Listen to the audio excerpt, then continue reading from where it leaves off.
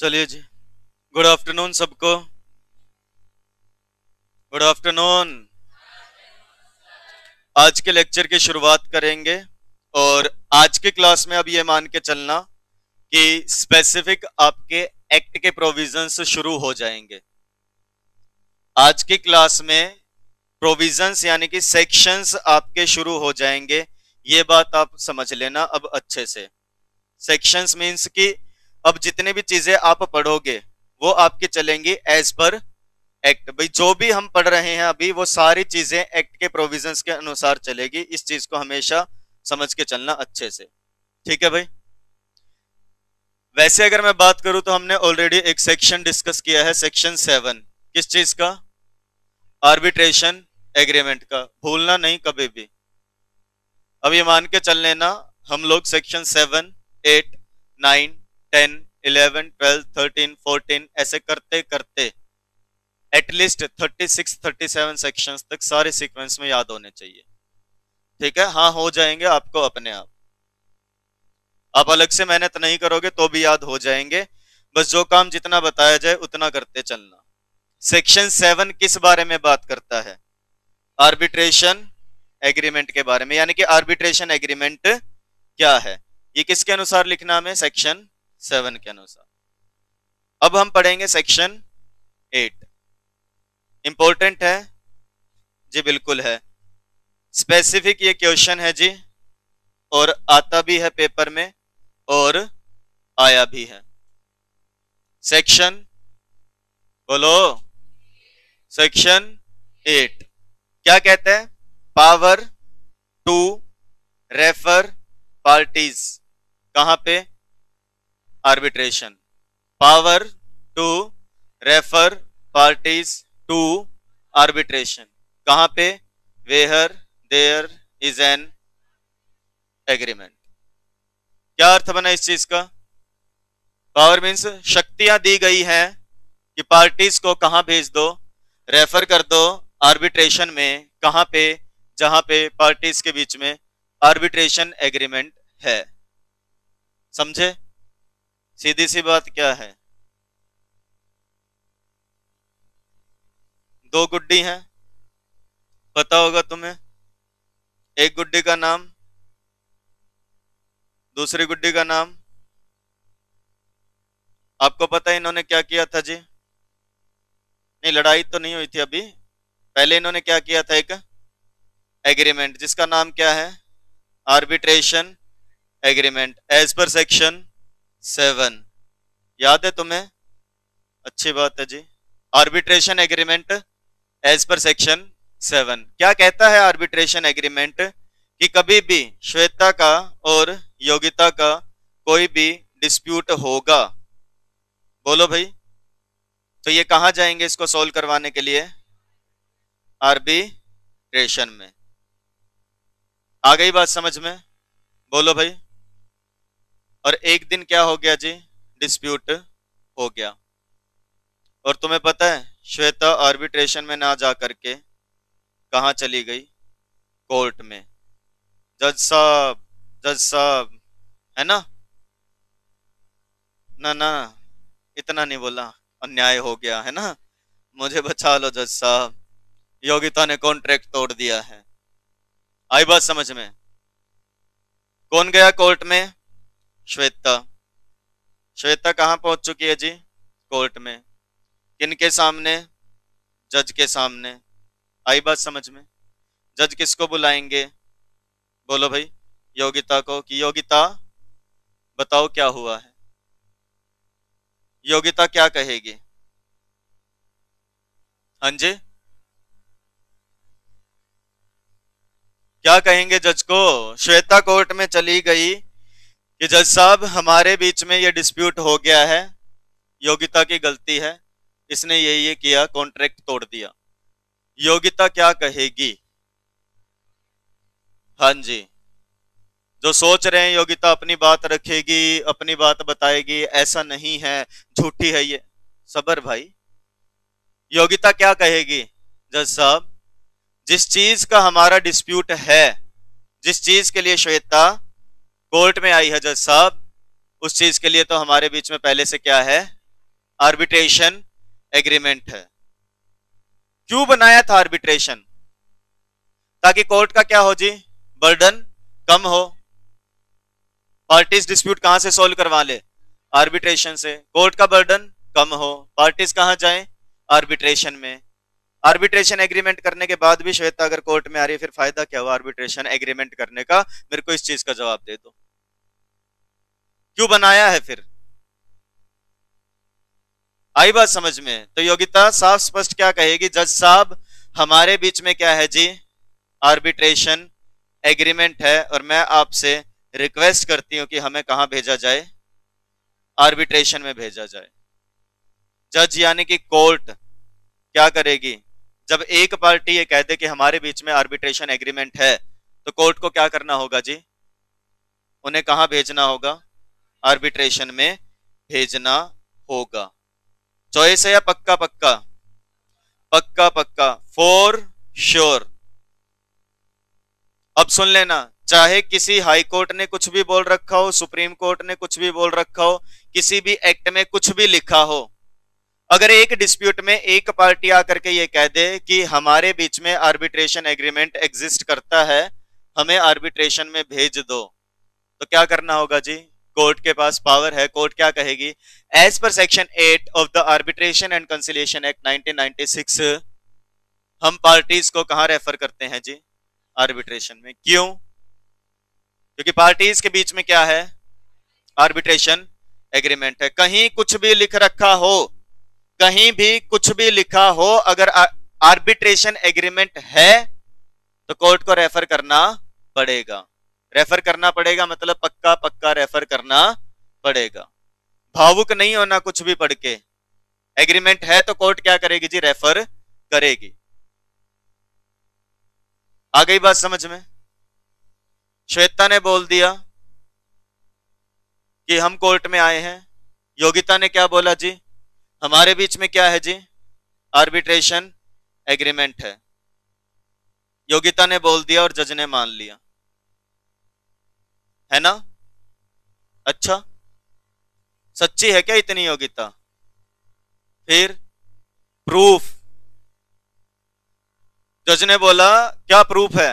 योगिता कह रही मम्मी कसम सर, हमारे बीच में आर्बिट्रेशन एग्रीमेंट है। चलेगा क्या ये? नहीं। योगिता क्या करेगी? आर्बिट्रेशन एग्रीमेंट निकाल करके जज को पेश, दैट इज शो करेगी, सर देखिए। कोर्ट में क्या करेंगे? प्रेजेंट करेंगे। किसको? आर्बिट्रेशन एग्रीमेंट को। और कोर्ट उसे देखेगा और क्या कर देगा जी? रेफर कर देगा। और मान लो क्या तुम्हें पता ही है श्वेता क्या है? शाणी। आई हाँ, लो भाई, श्वेता क्या है?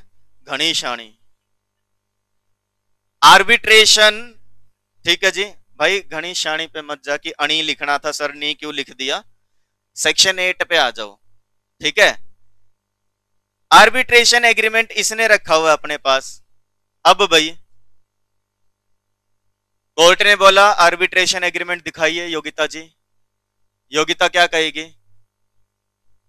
अब इसके पास कॉपी है तो कॉपी पेश कर देगी, अदरवाइज ये क्या कहेगी कि आर्बिट्रेशन एग्रीमेंट सर इनके पास रखा है, आप इनसे क्या कर लीजिए? मंगवा लीजिए। मेरे पास तो सिर्फ क्या है जी? ये कॉपी है, ओरिजिनल इसके पास है या मेरे पास नहीं है, इन्होंने रखा हुआ है। तो कोर्ट क्या करेगा जी? ऑर्डर देगा। किसको? श्वेता। श्वेता जो आर्बिट्रेशन एग्रीमेंट है वो ले आओ। और श्वेता क्या कर देगी जी? आर्बिट्रेशन एग्रीमेंट शो करेगी और उसके बाद पार्टीज को क्या कर दिया जाएगा जी? रेफर। आई बात समझ में? अब आप कहो कि सर ये घनी शाणी है, ये मना कर दे, है ही नहीं, तो इस चीज के लिए एफिडेविट सबमिट करवाना पड़ता है कि आप जो चीज मांग रहे हैं वो एक्चुअल में हमारे पास नहीं है। और अगर कल को पता लग गया, मिल गई, कोई भी प्रूफ मिल गई, तो फिर क्या होगा जी? इसके ऊपर अलग से केस चलेगा इस चीज का कि आपने झूठा एफिडेविट जमा करवाया है। आई बात समझ में? सब्र करो, अभी सारे सवालों के जवाब मिलेंगे धीरे धीरे। पहले सेक्शन पढ़ेंगे। अभी तक तो अपन ने क्या किया है?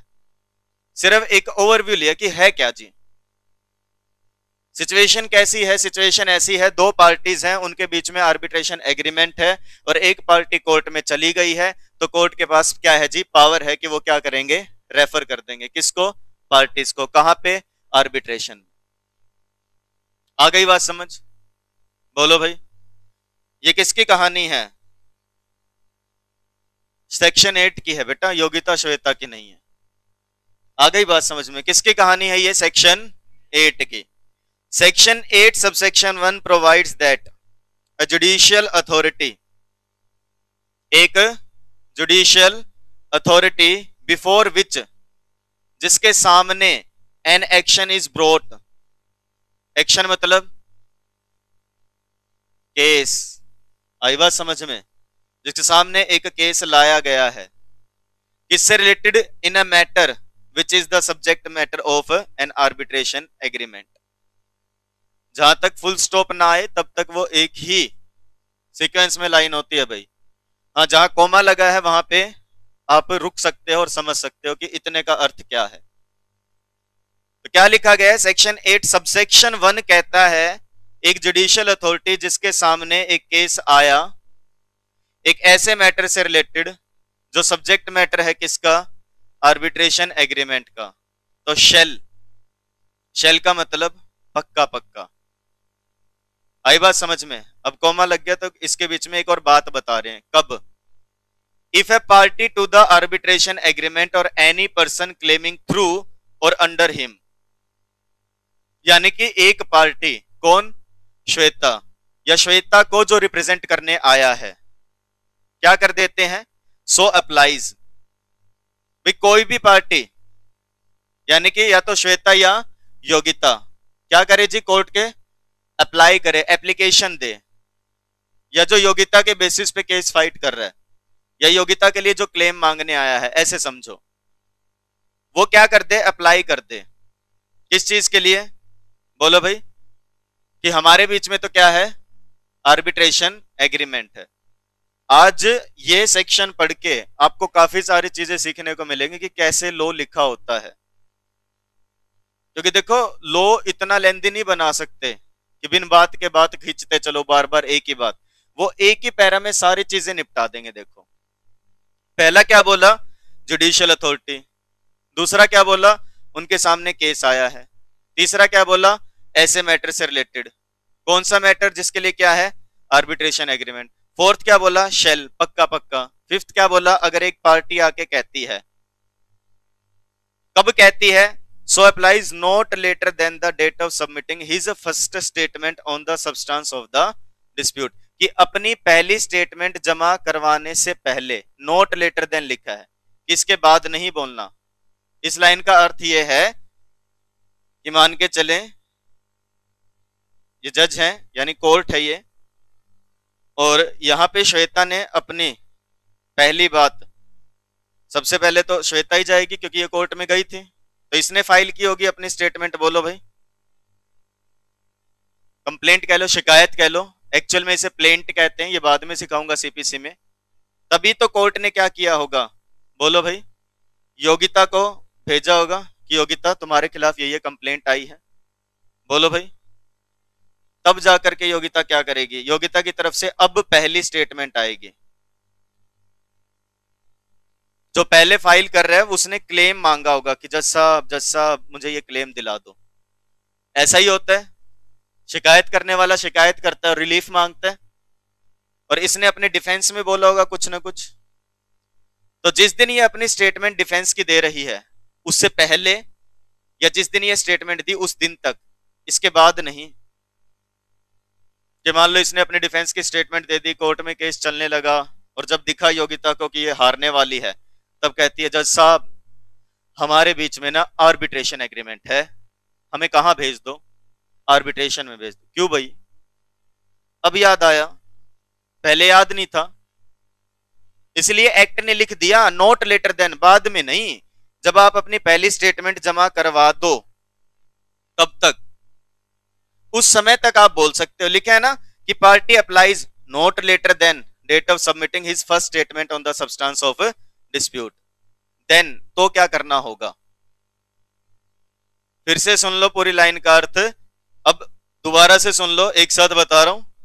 एक जुडिशियल अथॉरिटी जिसके सामने एक केस आया, आई बात समझ में, जिसका मैटर क्या है, सब्जेक्ट मैटर है किसका, आर्बिट्रेशन एग्रीमेंट का। शेल तो पक्का पक्का जुडिशियल अथॉरिटी को क्या करना होगा, अगर एक पार्टी, पार्टी कौन, आर्बिट्रेशन एग्रीमेंट वाली या कोई और पर्सन अप्लाई कर देता है, कब, not later than date of submitting his first statement, apply कर देता है, देन तो करना होगा, तो करना होगा, क्या करना होगा, हर notwithstanding any judgment, हर जजमेंट, हर डिक्री, हर ऑर्डर को, सुप्रीम कोर्ट के या किसी भी कोर्ट के हर ऑर्डर को इग्नोर मारते हुए shall refer the parties to arbitration, क्या कर देना, पार्टीज को आर्बिट्रेशन में भेज देना, अनलेस यानी कि मत भेजना, कब, it finds prima facie no valid arbitration agreement exist, कि इनके बीच में कोई आर्बिट्रेशन एग्रीमेंट ही नहीं है, तो मत भेजना, यहां पे फुल स्टॉप है। और घर जाकर के इसको पॉइंट्स में उतारना है अलग अलग दोबारा से पढ़ के। सेक्शन 8 सबसेक्शन 1 ये कहता है कि कोई पार्टी जो आर्बिट्रेशन एग्रीमेंट की पार्टी है, अगर उससे रिलेटेड कोई डिस्प्यूट कोर्ट में जा रहा है तो वह अप्लाई कर देंगे कि हमारे बीच में आर्बिट्रेशन एग्रीमेंट एग्जिस्ट करता है, और तब कोर्ट को क्या करना होगा, शेल पक्का पक्का रेफर करना होगा, किनको, उन पार्टीज को, कहां पे, आर्बिट्रेशन में, क्यों, क्योंकि उनके बीच में आर्बिट्रेशन एग्रीमेंट है। और कोर्ट नहीं देखेगा कि सुप्रीम कोर्ट ने क्या बोला हुआ है, हाई कोर्ट ने क्या बोला हुआ है, कोर्ट उनको पक्का पक्का रेफर कर देगा। इतनी बात समझ में आ गई, ये सबसेक्शन 1 ने बोला है। अलग अलग शब्द होते हैं, नॉट विद स्टैंडिंग यानी कि किसी भी चीज के साथ ना चलते हुए, डन डन। कब रेफर नहीं करेगा, जब उनके बीच में प्राइमा फेसी, मतलब देखने में ही पता लग रहा है पहली बार में कि इनके बीच में कोई आर्बिट्रेशन एग्रीमेंट एग्जिस्ट नहीं करता है, तो नहीं भेजेगा। आई बात समझ। फर्दर सबसेक्शन 2, सबसेक्शन 2 और क्या कहता है, फर्दर, वर्ड देखा करो और सुनो, क्या, further subsection 2 states that the application referred to in subsection 1, application जो लगाई गई है सबसेक्शन 1 के तहत, कौन सी एप्लीकेशन किसने लगाई है,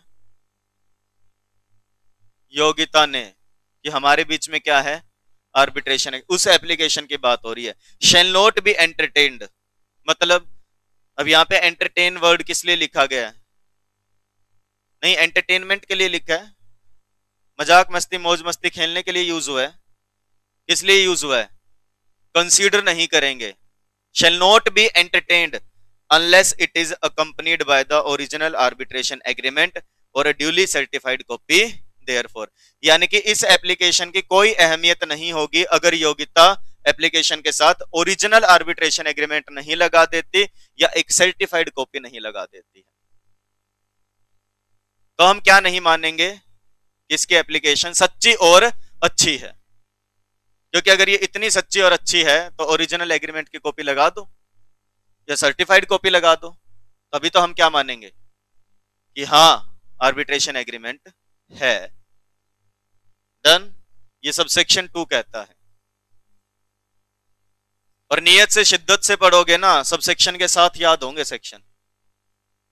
section 8, power to refer parties to the arbitration where arbitration agreement exist. Subsection 1 states that, आई बात समझ में क्या, वेयर, ठीक है जी, विद एनी जुडिशियल अथॉरिटी, जहां पे किसी भी जुडिशियल अथॉरिटी के सामने क्या आता है, केस, जिसका मैटर क्या है, सब्जेक्ट मैटर किसका, आर्बिट्रेशन का, then on application of any party, आई बात समझ, क्लेमिंग अंडर आर्बिट्रेशन एग्रीमेंट, जब एप्लीकेशन आएगी तो court shall refer the parties to the arbitration. अगर एक पार्टी एप्लीकेशन लगा दे तो, कोई ना बोले तो, सपने आ रहे कोर्ट को, है भाई, अंतर्यामी है कोर्ट, बताना तो पड़ेगा ना, तभी पता लगेगा। और सबसेक्शन 2 क्या कहता है, जब बताओ तो ओरिजिनल आर्बिट्रेशन एग्रीमेंट या सर्टिफाइड कॉपी लेके जाओ, वे जो प्रूफ लग रहा है, ऐसा नहीं फोटो में फोटो पड़ी है जी, वो तो एडिटेड भी हो सकती है। सर्टिफाइड कॉपी, ठीक है, जो ट्रू कॉपी है ऐसे समझो। अभी डन, बोलो भाई।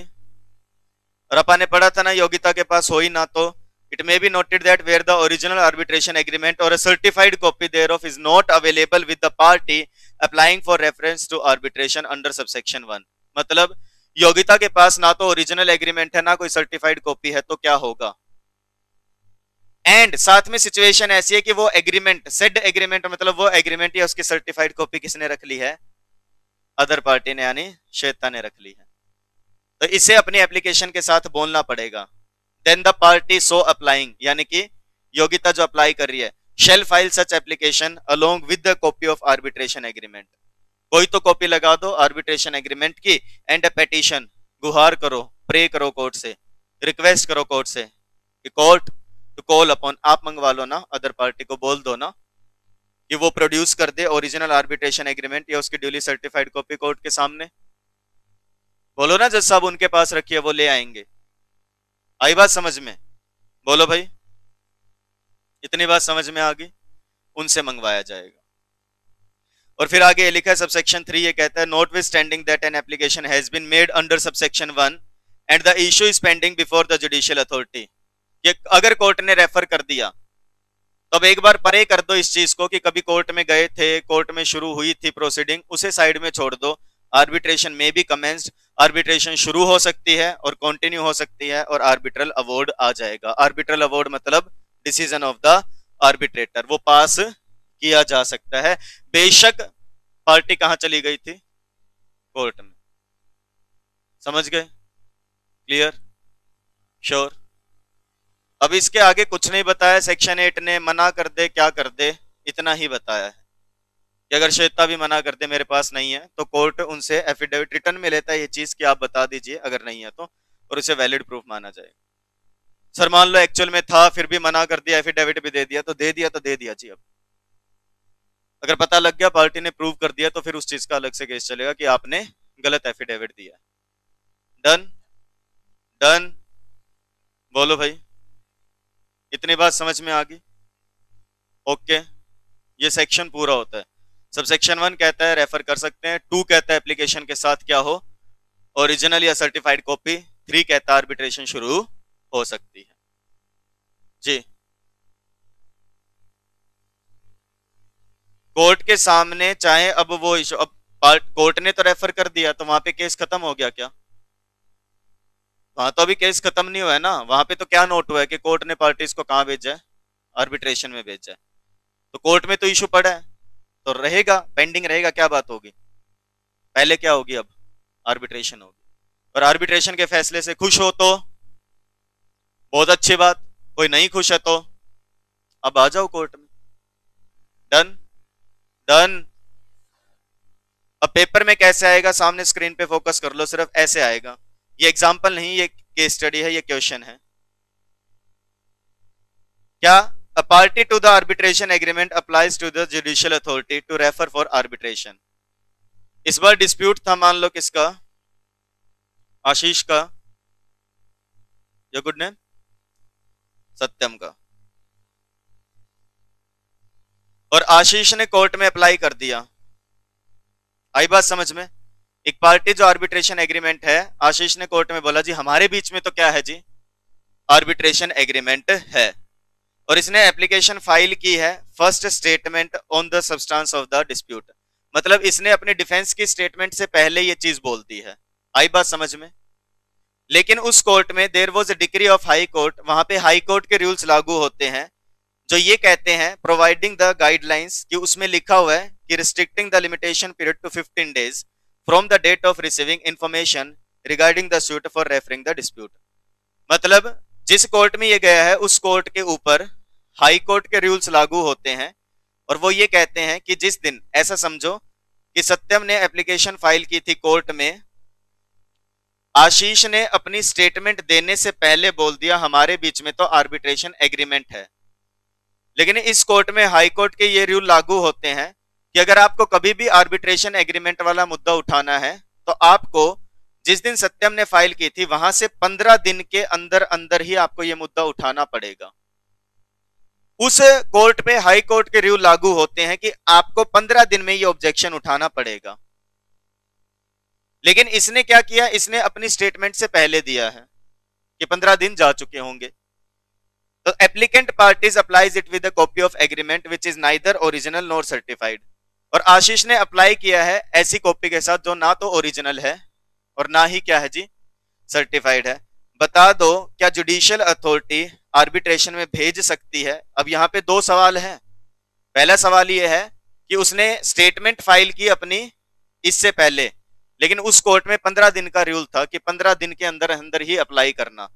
तो पहली बात तो क्या ये सही है, और दूसरी बात ये पूछी है कि ओरिजिनल और सर्टिफाइड कॉपी नहीं है। दोनों के जवाब दे दो क्या है। सामने देख लो मेरी तरफ या स्क्रीन की तरफ। पहले का जवाब क्या है? हाई कोर्ट ने बिल्कुल स्पेसिफाई किया हुआ है, डिक्री पास की हुई है कि 15 दिन का लिमिटेशन पीरियड रिस्ट्रिक्ट किया हुआ है। तो क्या आशीष की एप्लीकेशन को एंटरटेन किया जाएगा, हाँ या ना? यस या नो? नो वाले हाथ उठा लो या यस वाले हाथ उठा ले। चलो, जो कह रहे जी करा जाएगा वो हाथ उठा लीजिए, अच्छे से हाथ उठाते बेटा। 1 2 3 2 5 6, यानी कि सीधा साफ जवाब आ चुका है। 16 स्टूडेंट्स कह रहे हैं कि हाँ करा जाएगा 15 दिन के बाद भी, बाकी मना कर रहे हैं क्योंकि हाई कोर्ट के रूल लागू होते हैं 15 दिन के। और जो मना कर रहे हैं फिर दूसरे सवाल का तो अर्थ बचा ही नहीं, क्योंकि सीधा ही अपन ने जवाब तो दे ही दिया कि रेफर कर ही नहीं सकते। जो हाँ कह रहे हैं वो दूसरे सवाल का जवाब दे दो। ना ओरिजिनल है ना सर्टिफाइड है।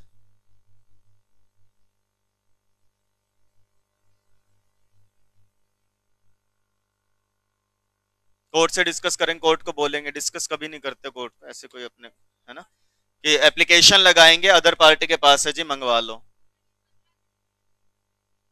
15 दिन वाला ये लिखा है कि हाई कोर्ट ने रूल पास कर रखा है कि अगर आपको कभी भी एक पार्टी डिस्प्यूट ले आती है कोर्ट में और दूसरी पार्टी ये कहना चाहती है कि आर्बिट्रेशन एग्रीमेंट है, तो उसे 15 दिन के अंदर अंदर रिक्वेस्ट लगानी पड़ेगी। जबकि आशीष ने 15 दिन में नहीं लगाई रिक्वेस्ट, उसने एप्लीकेशन फाइल की फर्स्ट स्टेटमेंट से पहले। नहीं करवाई बेटा, इस लाइन का अर्थ यही होता है कि इसने नहीं किया, तभी तो रूल बता रहे हैं। जो बच्चे यस कह रहे कंसीडर की जाएगी, उनका जवाब सही है, क्योंकि हमने पढ़ा है किसी भी सुप्रीम कोर्ट हाई कोर्ट के कोई भी डिक्री है उसको इग्नोर करते हुए जब एक्ट में लिख दिया कि पहली स्टेटमेंट जमा करवाने से पहले एप्लीकेशन लगानी है, तो इट मींस उसने सही किया है अप्लाई। और दूसरी जगह वो गलत है, उसको ओरिजिनल और सर्टिफाइड कॉपी में से एक लगाना चाहिए। नहीं है तो वो प्रे कर सकता है जी दूसरी पार्टी के पास रखें, ये जवाब आएगा।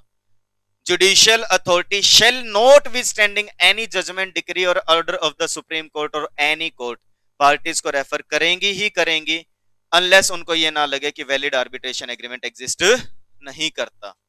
और जहां पे ओरिजिनल नहीं होता है, सर्टिफाइड कॉपी नहीं अवेलेबल होती है, तो पार्टी रेफरेंस कर सकती है जी ये एग्रीमेंट या सर्टिफाइड कॉपी तो दूसरी पार्टी के पास है, आप वहां से मंगवा लो। फिर उस पार्टी को क्या करना पड़ेगा, शो करना पड़ेगा। ये पार्टी तो सिर्फ रिक्वेस्ट कर सकती है, पेटिशन लगा सकती है कि हमारे पास ये है, ऐसे इस चीज का आंसर आएगा। किसी को लग रहा है यहां क्या हो गया, मुझे तो समझ में ही नहीं आया। यहां सिर्फ इतना हुआ है कि आशीष ने ये बोला डिस्प्यूट में, सत्यम जब कोर्ट में गया कि जज साहब हमारे बीच में आर्बिट्रेशन एग्रीमेंट है, और इसने ये बात बोली किससे पहले, फर्स्ट स्टेटमेंट से पहले। लेकिन उस कोर्ट में रूल ये था कि आपको 15 दिन के अंदर अंदर बोलनी है। और क्वेश्चन में अगर किसी लाइन के तुरंत बाद ऐसा बोला गया कि यहाँ पे ये रूल है, तो इट मींस इंप्लाइड है कि उसने इसके बाद फाइल किया। तो कह रहे हैं वैसे भी इस चीज को इग्नोर कर दो, 15 दिन वाला रूल, कोई भी स्टेटमेंट कोई भी डिक्री पास कर रखी हो सुप्रीम कोर्ट हाई कोर्ट ने, उसको कंसीडर ना करके पार्टीज को रेफर किया जाएगा। हाँ ये जरूर है कि जहां पे क्या नहीं था जी, ओरिजिनल या सर्टिफाइड नहीं है, तो इसको पेटिशन लगानी चाहिए कि वो उसके पास है जी। मैं आपसे प्रे करता हूं आप क्या कर दो जी, मंगवा दो।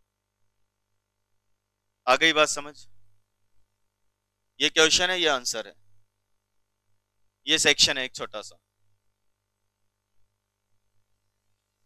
और इसी को घर से पढ़ के आना है नियत से। आज के लिए इतना ही करवाऊंगा। सेक्शन 8 अच्छे से पढ़ के आना, जो भी डाउट्स होंगे कल डिस्कस कर लूंगा। आज के लिए इतना ही। Thank you, that's it for the day. Bye bye, tata and take care.